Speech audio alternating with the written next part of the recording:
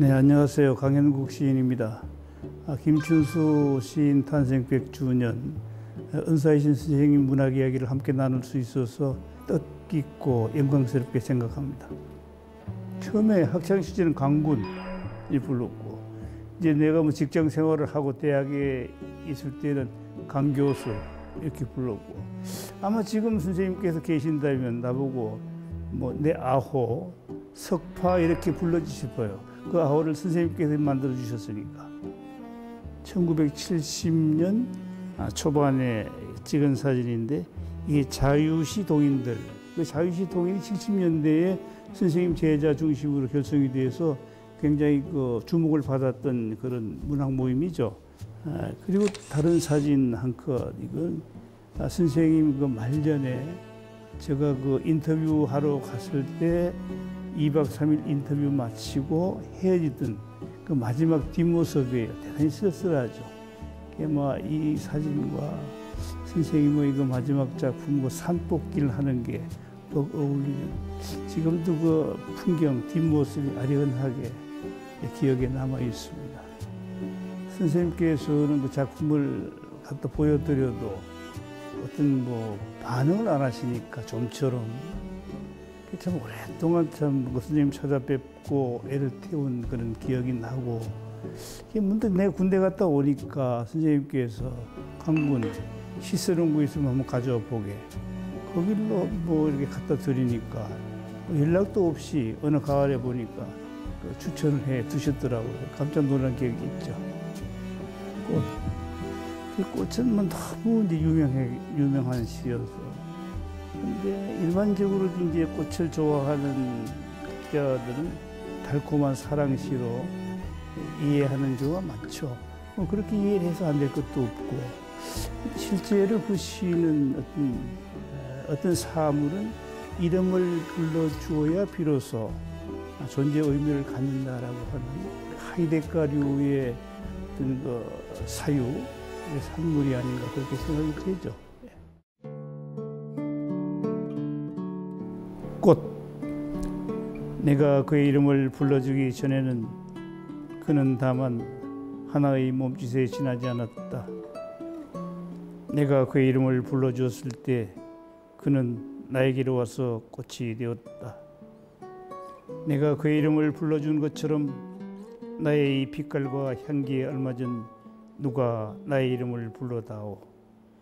그에게로 가서 나도 그의 꽃이 되고 싶다. 우리들은 모두 무엇이 되고 싶다. 나는 너에게, 너는 나에게 잊혀지지 않는 하나의 눈짓이 되고 싶다. 내가 그의 이름을 불러준 것처럼 누가 나의 그 빛깔과 향기에 알맞는 나의 이름을 불러다오 하는 그 구절이 저는 더 인상적으로 남아 있습니다. 글쎄, 아마 초기에 선생님이 그 꽃에 대한 시들이 많잖아요. 근데 구체적인 꽃 이름은 안 나오죠. 그때 아마 그 무렵엔 그 선생님은 장미를 연상하지 않았을까 추측을 하는데, 그 말년에 보면 선생님이 제일 좋아하시던 꽃은 부용화예요. 부용화. 그 꽃 이름이 섬세한 아름다움.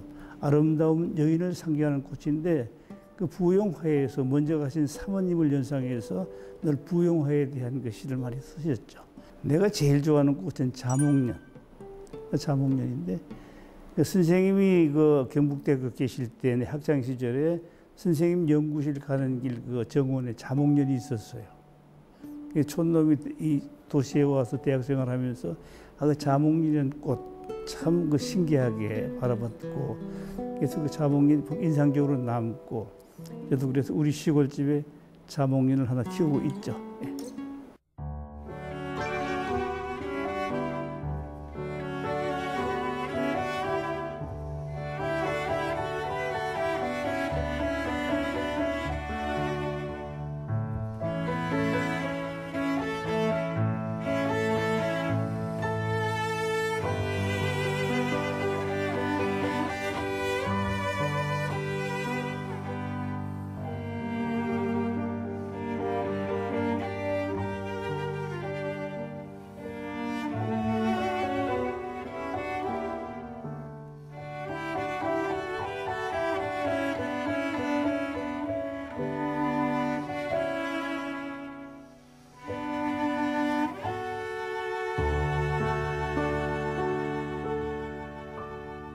그래서 선생님이 가장 그 인생의 황금기를 대구서 보내셨고, 그 가장 중요한 문학 활동, 즉 그 넌센스 포이츄리 하는 그 무의미 시를 그 시도하고 그 작업을 하신 곳도 이 대구이고, 또 대구에서 이제 경북대학교와 영남대학에 계시면서 많은 제자들을 양성을 하셨고, 또 가장 그 문학적으로 또 교육자적으로 이 애정을 많이 가지고 활동하는 공간이니까 뭐 대구와는 뭐 각별한 인연이 있는 그런 생활을 하셨죠.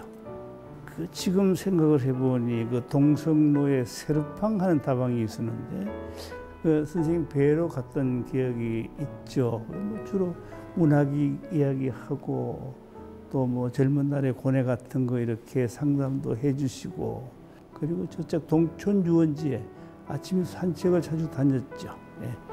그러면 세상 이야기, 문학 이야기, 뭐 사관을 많이 나눴죠. 지금쯤. 그래, 지금 뭐 선생님 저 하늘나라에서 아마 시를 쓰시겠죠. 내 추측컨대 그 하늘나라에서 만난 사모님을 소재로 사모님을 위해서 시를 쓰고 또 사모님에게 그 시를 다정하게 읽어주시고 계실 것 같아요. 샤갈의 마을에 내리는 눈. 샤갈의 마을에는 3월에 눈이 온다.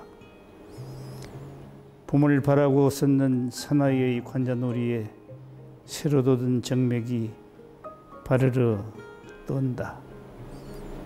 바르르 뜨는 사나이의 관자놀이에 새로 돋은 정맥을 어루만지며 눈은 수천 수만의 날개를 달고 하늘에서 내려와 샤갈의 마을에 지붕과 굴뚝을 덮는다.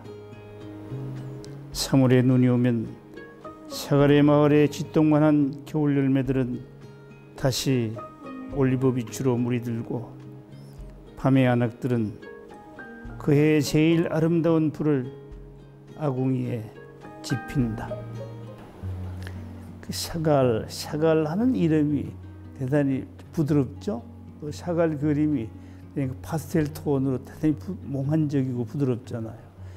그 샤갈의 마을에 내리는 눈 이렇게 읽으면 대단히 이국적인 느낌이 들고, 또 그 샤갈의 마을에 내리는 눈, 그 선생님 시 속의 이야기가 벅동화적이고 몽환적이어서 이 샤갈의 그 그림과 잘 매칭이 되는 그런 작품으로 기억을 합니다. 제가 그 시를 처음 봤을 때 가장 이렇게 좀 뜨끔하게 충격적으로 왔던 부분은 첫 구절이에요. 샤갈의 마을에는 3월에도 눈이 내린다, 3월에 눈이 내린다는 이 구절. 그 구절이 너무 왜 그런지 몰라도 그 당시에 문학 청년 시절에 학창 시절에 충격으로 왔어요. 그래서 그 시를 읽고 난 뒤에 제가 3월에 내리는 눈은 뜨겁다라는 시를 썼던 기억이 나네요. 그래서 이제 그 탄생 100주년 참 기념비적인 해인데 제게는 선생님 체온이 더 가깝게 느껴져서 좀 그리운 마음이 크고, 또 우리 독자들, 또 대구 시민들, 또 이 방송을 보고 계시는 일반인들에게는 하늘 밑을 살고 갔던 그 위대한 그 시인의 삶을 오래 기억하고, 또 그 작품을 통해서 일상적인 삶이 좀 풍요롭고 아름답게 되는 그런 계기가 되는 100주년 행사가 되었으면 좋겠습니다. 그래서 스승으로서 김춘수 선생님, 자상하셨던 분, 또 시인으로서 선생님은 대단히 고고하셨던 분, 또 한 인간으로서 김춘수 선생님은 대단히 고독하셨던 분, 이 세상과 잘 타협이 안 됐으니까요. 그렇게 기억이 되죠.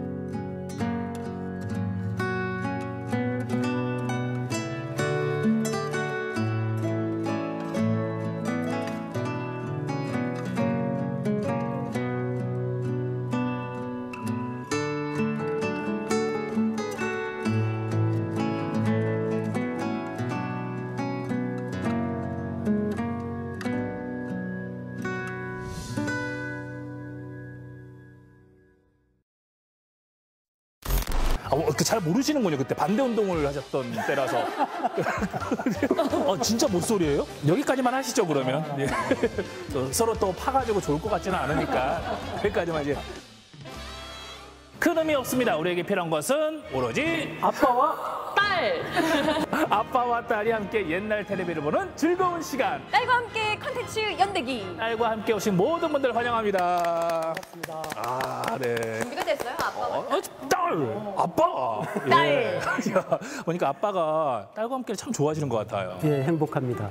옛날 얘기를 또 마음껏 할 수 있고. 딸이 그러는데 이런 얘기 처음 들었다고.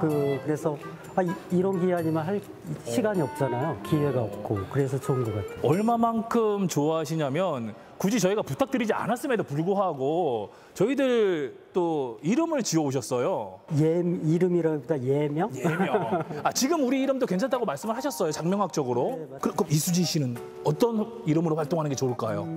초을이라고 졌는데요. 초을, 초가을. 초가을. 봄, 여름, 가을의 기운을 다 가지고 있고 엔터테인먼트로서 여러 재주를 다 가지고 있고 초가을을 만든 것처럼 새롭고 예. 마음에 쏙 듭니다. 초라 이러면서도 이제 쓰지는 않으실 거죠? 아니, 저 자막으로 지금 넣어주세요. 여기 초울이라고. 초울이. 네네. 그럼 박창규 씨는 어떤 게 어울릴까요? 마음에 왜 더듬어요? 왜 더듬으시는 거예요? 들으시면 아는데 끝물. 아니, 이건 너무 네 끝물이라니요. 끝물이 이제 네네. 마지막인가요? 여기까지가 끝인가 말씀하신 것처럼 농작물이나 뭐 해산물이 마지막 결실물이 끝물이라고 하잖아요. 이게 이제 좋지 않은 의미로 쓰이는데 이게 끝물이기 때문에 그때 아니면 맛볼 수 없는 희귀하고 귀하고 그리고 이게 겨울로 하면 마지막 잎새 그리고 봄으로 하면 마지막 설경 그런 것처럼 귀하다라는 뜻이에요. 귀하다는 거야. 여기까지가 끝이 아니고 귀하다. 귀하다. 끝까지 그냥 버티라고. 완성형 뭐 이런 건가요? 완성형이면서 이 사람이 아니면 안 되는 거죠. 네. 이제 끝이 나야지 또 새로운 시작을 할 수 있으니까 내가 미랄이 돼서 새로운 또 싹을 틔운다 뭐 이런. 제가 얘기하는 것보다 해석이 더 좋아. 예, 좀 더 만들어 봅시다. 자, 좀 더 만들어. 예.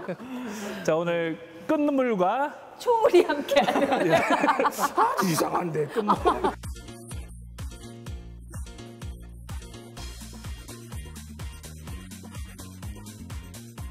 놀이동산 어디에? 꿈돌이. 꿈돌아.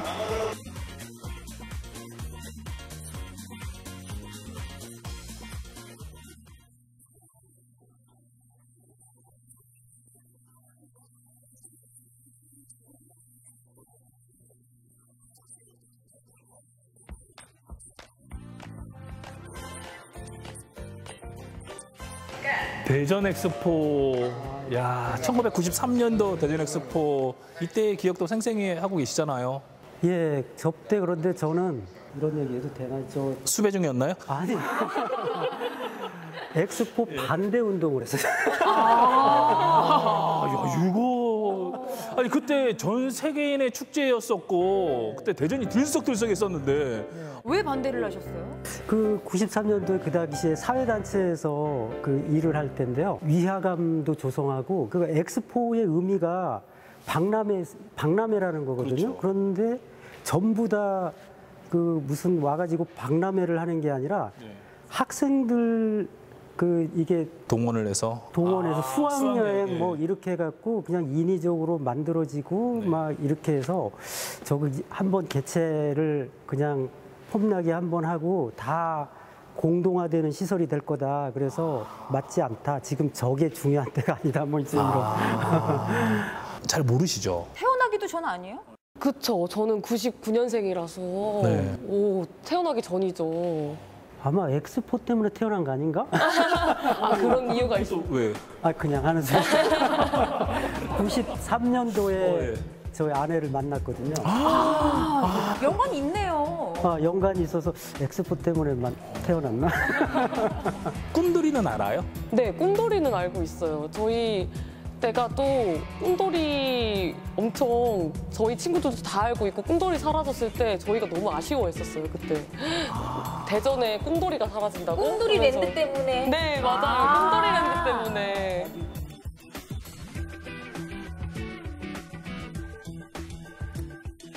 행사 도우미 분들, 그때 엑스포 도우미 분들이시죠. 이때 경쟁률이 상당히 있다고 하더라고요.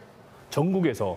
또 교육도 다 시켜야 되니까 합숙 훈련을 하면서 그 스튜어디스 하시는 분들이 와서 직접 예. 그 CS 교육하시는 분들다가 모셔가지고 강의를 하고 교육을 받고 했다고 하더라고요.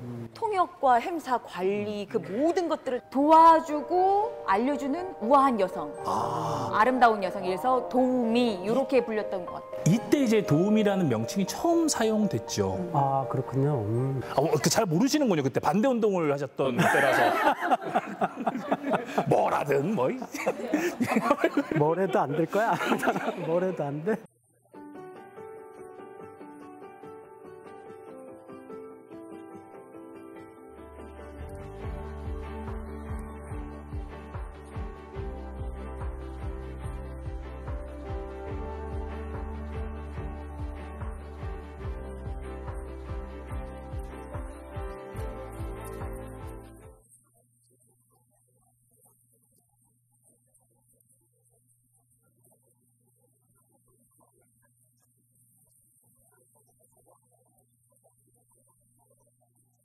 저희 소풍으로 엑스포 갔잖아요, 그때. 그럼요. 저희 때는 갔었는데 다른 거보다 저 도우미 누나들이랑 사진 찍고 싶어서 줄 서서 행사에 예, 꽂히라고 할 기다리고, 정도로. 예. 네. 사진 한 번만 찍어주세요.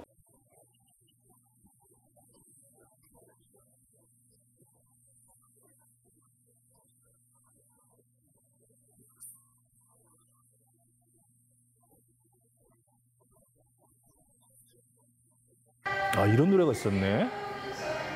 엑스포 주제곡이었나 봐. 그랬나 봐요.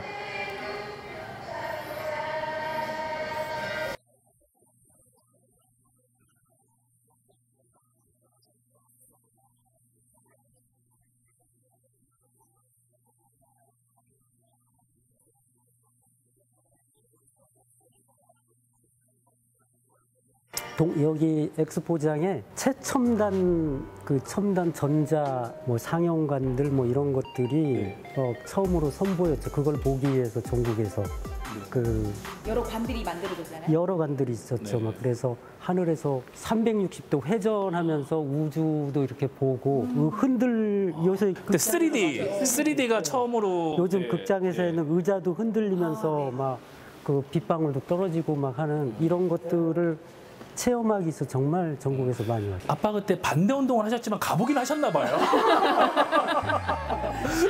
한번 그 미리의 시연회 같은 거를 할 때 한번 이렇게 가봤던 기억이 방금 났어요.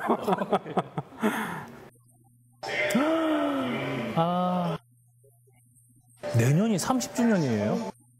아, 그러네요.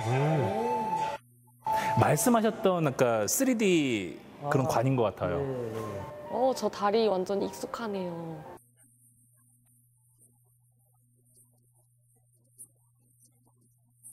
정보관이었지, 저희가.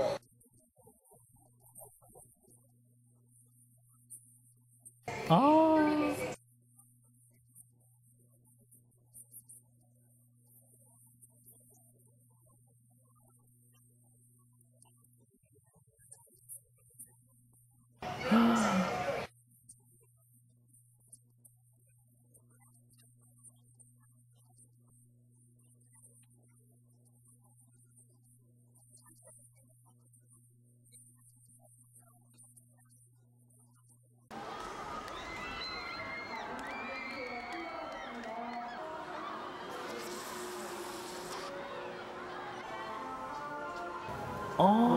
놀이동산인데 여기가 꿈들이 동산? 맞네요. 회전목마 있고 다 있고. 야. 꿈들이 동산은 반대 안 하셨죠? 꿈들이 동산 가보신 적 있어요? 있어요. 아, 네. 그래요? 그 가족하고는 아니고 혼자. 네. 그러니까 취재 때문에 갔던 것 같아요. 저기 그 기억에 다 있는 거 보니까. 근데 저는 못 가보고 못 가봤어요? 네, 저는 못 가봤던 게 아빠가 너무 바쁘셔가지고 아빠 가셨다고 해서 너무 놀라웠어요. 그래서 저는 못 가봤는데 바쁜 것도 물론 있겠지만 제가 바이킹이나 청룡열차를 타면 거의 죽음이거든요. 아, 놀이기구를 무서워하셔가지고 그런 안 가시는 거야? 거예요? 핑계였어요. 그런 이유가 아, 잠깐만. 아빠 바쁘다 오늘. 원래 놀이공원은 연인들과 데이트하러 많이 가잖아요. 같이 간 적 혹시 없어요? 안타깝게 놀이동산은 못 가본 것 같아요. 놀이동산은 아니지만 그럼 남자친구와 데이트는 뭐 한간에 떠들어온 얘기가 예전에 뭐 남자친구를 사귄 적이 있다 이런 풍문이 있어서 풍문하기를 했잖아요. 모태솔로더라고요. 아, 진짜 못소리예요? 진짜 못소리예요? 야, 노코멘트한 걸로. 예. 아빠의 취재와 조사가 잘못된 걸로. 예. 여기까지만 하시죠, 그러면. 예. 서로 또 파가지고 좋을 것 같지는 않으니까 여기까지만 이제. 오늘 집에 가면서 엄청 파실 것 같은데. 파지 않고 또 이제 주변 친구들한테 물어보실 것 같은데요. 아, 탐문. 탐문 조사로. 예. 취재와 조사가 잘못된 걸로. 예. 딸도 아빠 뭐 취재 현장에 같이 가본 적이 있어요? 네, 어릴 때 너무 바쁘셔가지고 이제 집에 혼자 둘 수가 없으니까 취재 현장을 많이 막 오빠랑 저랑 같이 많이 데리고 다니셨어요. 아, 같이? 네. 보육에 어디 맡길 데가 없어서 끌고 아이고. 네, 뭐 그래서 아빠가 취재할 때 또 제가 이제 같이 취재를 하면서 식당 같은 데를 가면은 아저씨들 분하고 얘기를 하다 보면 막 이렇게 내장탕 이런 거를 네. 시켜서 먹는데 제가 그래서 편식을 안 하고 지금도 다 잘 먹는 식성이 되지 않았나 그런 경험으로. 그냥 오늘 이렇게 마무리하겠습니다. 아빠는 놀이기구를 무서워했고 딸은 못소리다. 역시 아, 나 끝물이네. 아.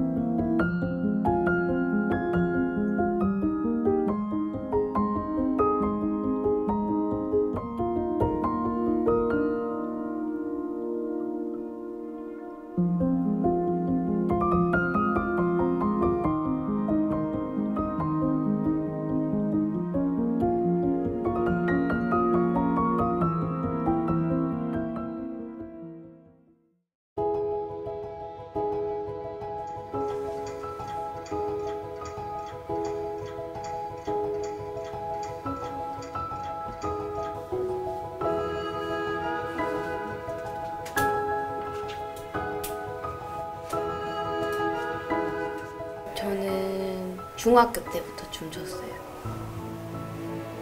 조금 오래됐어요. 4~5살 때부터 일단 춤췄어요. 저는 저희 어머니가 춤을 추셔가지고 제가 4살 때 첫 콩쿠르를 나갔거든요. 그래서 춤춘 지는 너무 오래됐습니다. 나이가 조금 있다고 해야 되나? 어쨌든 20년 아니면 30년 다 된 거네요. 제 나이만큼 거의 췄네요. 네.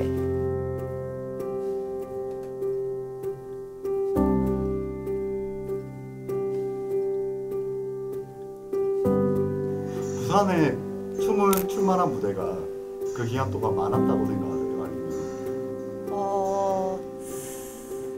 어떠한 선생님 밑에 있었냐에 따라 좀 다른 것 같아요. 왜냐면 공연 활동을 좀 활발하게 하시는 선생님 밑에서는 그런 기회가 좀 많은 편이고, 그게 아니고 그냥 전공자로만 나와서 바로 졸업하고 개인으로 나갔을 때는 생각보다 그런 기회가 많지 않다고 생각들어요.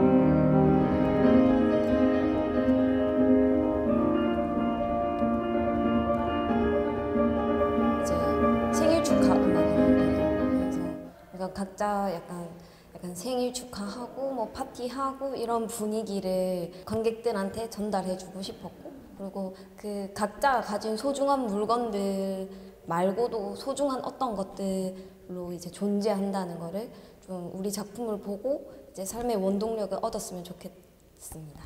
너무 애정을 가지게 되어서 지금은 아주 저에게 특별한 물건이 되어 있습니다.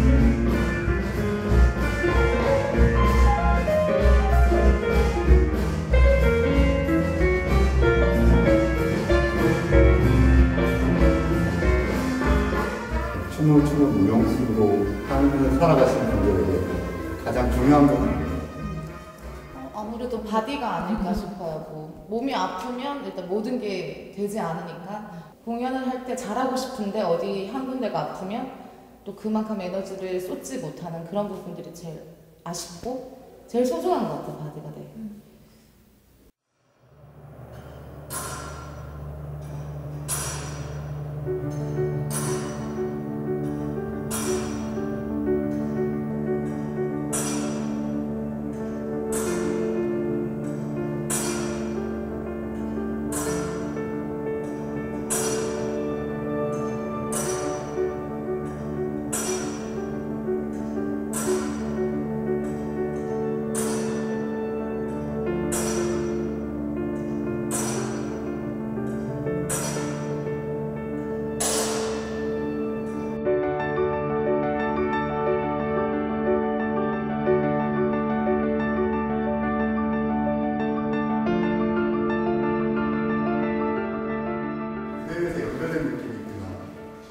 네, 항상 뭐 움직일 때도 서로의 움직임에 대해 에너지로 영향을 받기도 하고 서로 느끼면서 상호작용을 느끼면서 움직이고 있습니다. 그런 느낌이 어떤 느낌이에요? 서로 연결되어야 되는 느낌? 직접적으로 신체가 다 있을 때도 연결되어 있다고 느끼지만 공간이 이렇게 멀리 떨어져 있을 때도 이 사람의 움직임 질감을 받아서 제가 움직이기도 하고 그럴 때 연결성이 있다고 느낍니다.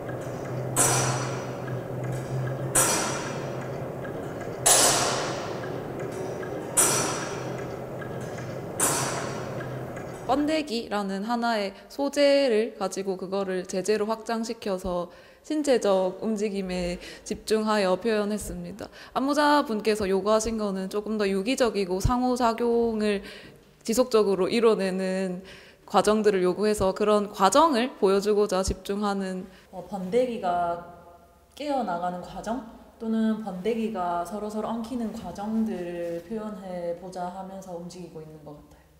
번데기의 움직임을 할 때는 무슨 생각하시면서 움직이시는 거예요? 서로 우리 각각의 번데기가 되어서 서로 연결되어 보자라는 생각을 하면서 움직이는 것 같습니다.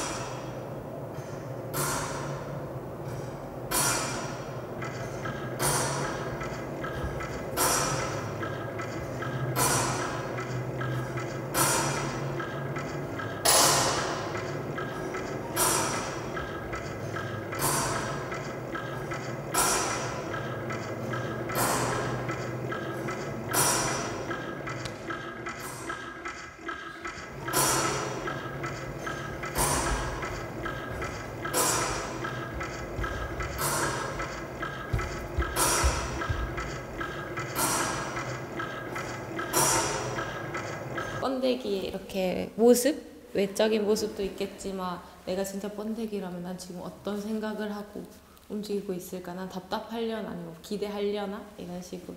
영수한테 답답한 순간은 언제예요? 제가 이렇게 추는 춤에 대해서 이렇게 확신이 없을 때가 제일 답답한 순간인 것 같아요. 이렇게 움직이고 저렇게도 움직이고 있는데 내가 왜 움직이는 거지? 뭐 때문에 움직이는 거지? 이런 생각이 들 때 저는 좀 답답한 것 같습니다.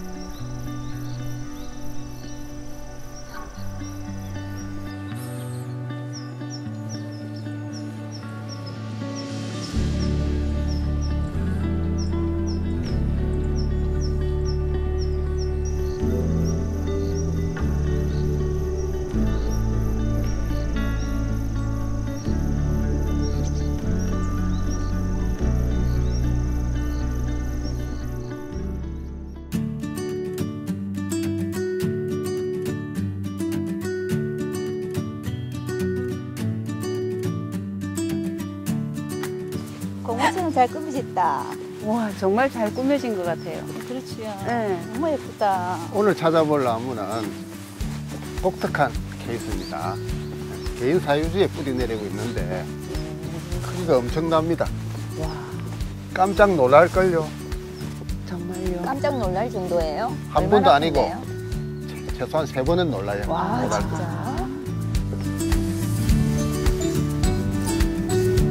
진짜? 와, 진짜 크다. 와, 나이도 어마어마하겠는데요? 와, 진짜 크다. 나이가 진짜 한 몇백 년 된 것 같은데. 네. 네. 아니, 오늘 물로 쓰게 돼요. 너무 다 보려니까.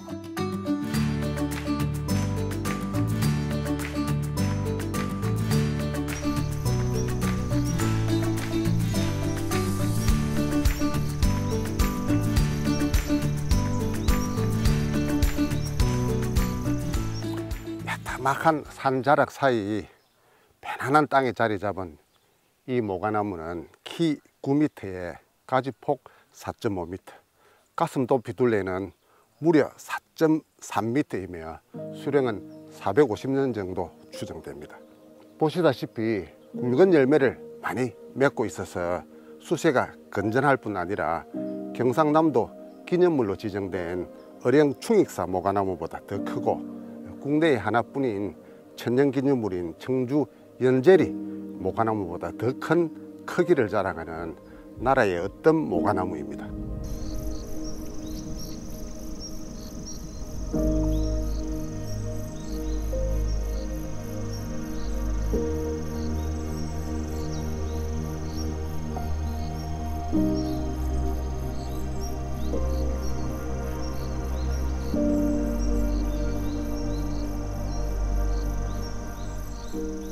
한 12년 전에 이 노고수에 대해서 관심이 많아가지고 수소문을 좀 하고 있는 중에 지인분이 그래 이제 나무가 있는 곳을 알려줘가지고 한번 갔더만은 처음에 가니까 너무 악조건에 있는 나무가 돼가지고 종종 회장님하고 그래 협의를 해가지고 몇 달 동안에 자주 갔어요.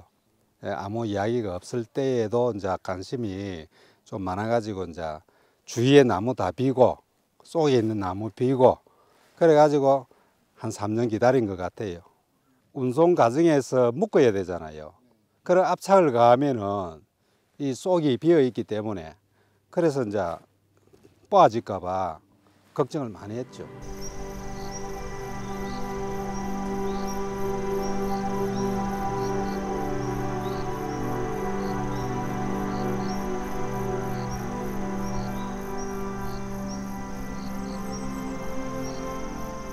꽃이든 수행이든 볼거리가 되는 나무는 조갱수라 하고 과육이 많은 열매를 맺는 나무는 과수라고 합니다.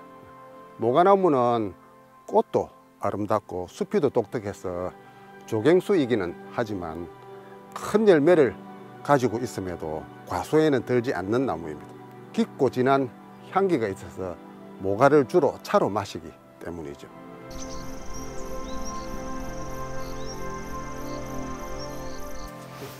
선생님, 향이 너무 좋은데 정말 돌덩이처럼 단단하네요. 단단해서 또 이런 이야기가 있죠. 옛날에 공덕을 많이 쌓은 스님이 외나무 다리를 건너는데 다리 가운데 무서운 뱀이 있는 거예요. 그러니까 스님 오도 가도 못한 상황에서 간센보살을 외고 간절히 기도를 했는데 그때 마치 다리가에 있던 모가나무에서 모가가 툭 뱀 머리 위에 떨어졌어. 뱀이 다시 다리 아래로 떨어졌으니까 스님이 이렇게 다리를 건너가게 된 것이죠. 그래서 이 모가나무의 모가를 성인을 보호해주는 열매라 해서 호성과라고 불렀다는 거예요. 향기가 너무 좋아요. 너무 좋다. 공기도 좋고 딱 진짜 차 한잔 마시면 너무 좋겠어요. 모가 향기에 취해요. 모가가 진해가지고 너무 좋아요. 그 우리가 모가나무 하면 흔히 이제 맛과 향과 그다음에 그 모양이 이제 세 가지 놀란다고 하잖아요. 근데 우리 그 중에서도 보통 우리가 모가나무는 익으면 익을수록 나무에 달린 참외라고 이제 흔히들 말하거든요. 그래서 오늘 이 나무를 보니까 정말 실감나게 그걸 느끼고 있고요. 이렇게 큰 나무는 내 생에 처음 보는 것 같아요. 이렇게 수령이 몇백 년의 나무가 아직도 열매가 계속 이렇게 매년 많이 노란 열매가 달린다 하는 것은 이 엄청난 그 에너지가 있다는 얘기거든요.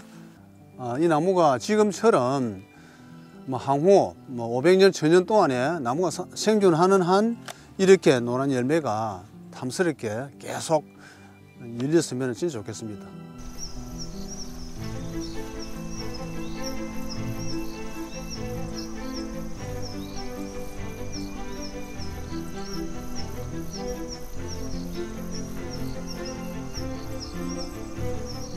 창녕 성사리 모가나무는 타의 추종을 불허하는 압도적인 크기와 옮겨 심은 노구수라고는 믿기지 않을 정도로 건강함은 지역의 자랑이자 희소성 높은 생물자원이라 여겨집니다. 이 좋은 땅에 이주해와서 나무 주인의 극진한 보살핌을 받고 있는 만큼 앞으로도 만수무강하기를 소망합니다.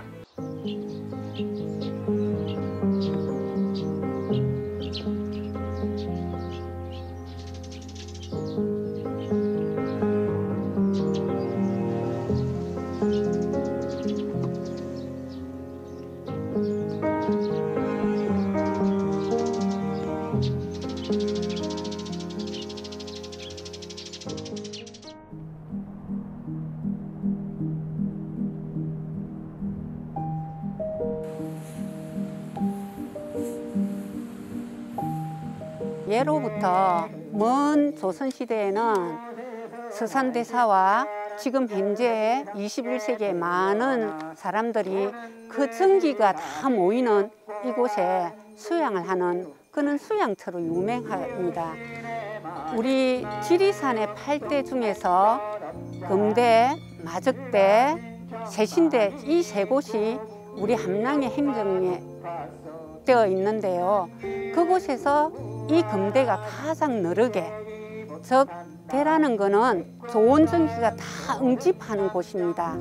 이 세 곳 중에서 이 금대암이 가장 느른 터이기 때문에 신라, 태종 3년 행우조사가 그 풍수적인 터 때문에 이곳에서 금대암을 창건하였습니다. 제가 높이 어떻게 너무 멀어요, 선생님. 멀고 높고. 네. 저 나무인가요, 선생님? 와. 오. 멀고 높은데 더 높은 전나무를 보게 됩니다.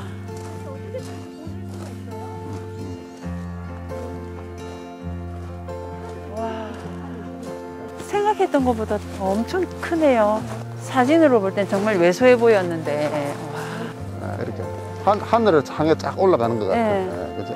너무 멋져요. 와. 600살 되었다는데 그 기상이 아주 당당하게 살아있는 것 같습니다.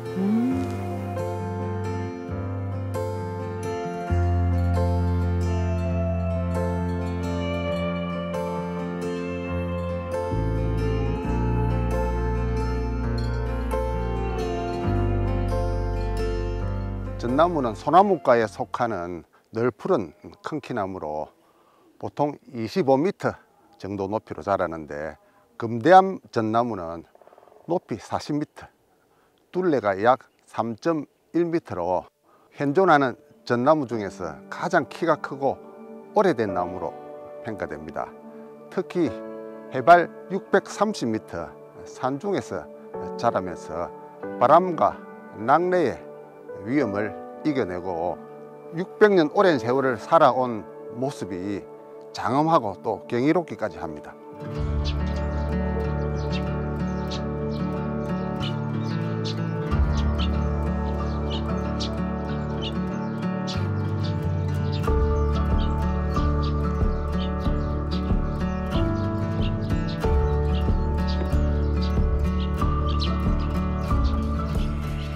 전나무는 잣나무라고도 불리기도 하는데 나무의 수액이 젖과 같아서 붙여진 이름입니다. 보시다시피 가지가 화려하게 뻗어나가지도 않고 또 줄기가 굽어 자라지도 않으면서 고추 서서 높이 자라는 특징 때문에 과거에는 사찰이나 향교 같은 건물을 지을 때 기둥이나 대들보 목재로 쓰여지기도 하였습니다. 또한 서양에서는 구상나무나 가문비 나무와 같이 크리스마스 트리로 가장 인기 있는 나무가 바로 이 전나무였습니다.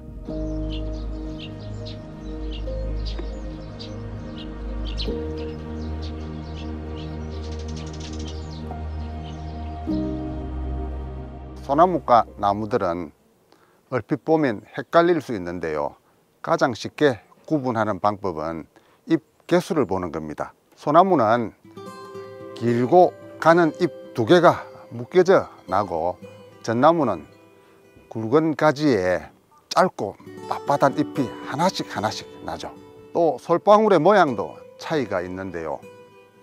전나무는 우리가 흔히 알고 있는 소나무 솔방울과 달리 가지에 매달려서 나고 또 떨어질 때도 솔방울채 떨어지는 게 아니고 중심축은 두고 실팸과 종자만 떨어져 나가기 때문에 전나무 아래에서 전나무 솔방울을 만나기 힘든 것도 특징입니다.